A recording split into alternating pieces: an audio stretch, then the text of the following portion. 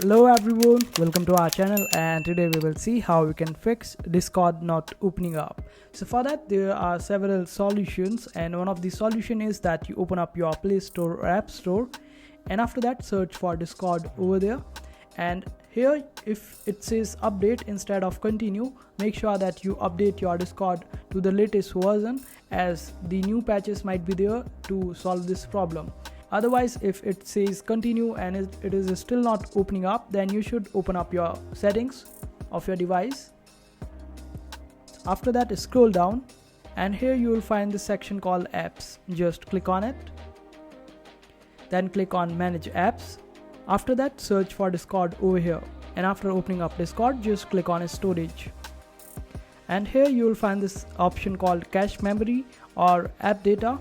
Just clear up your user data or cache memory of Discord, as it will remove all the corrupted files, and your Discord should be working quite fine after that.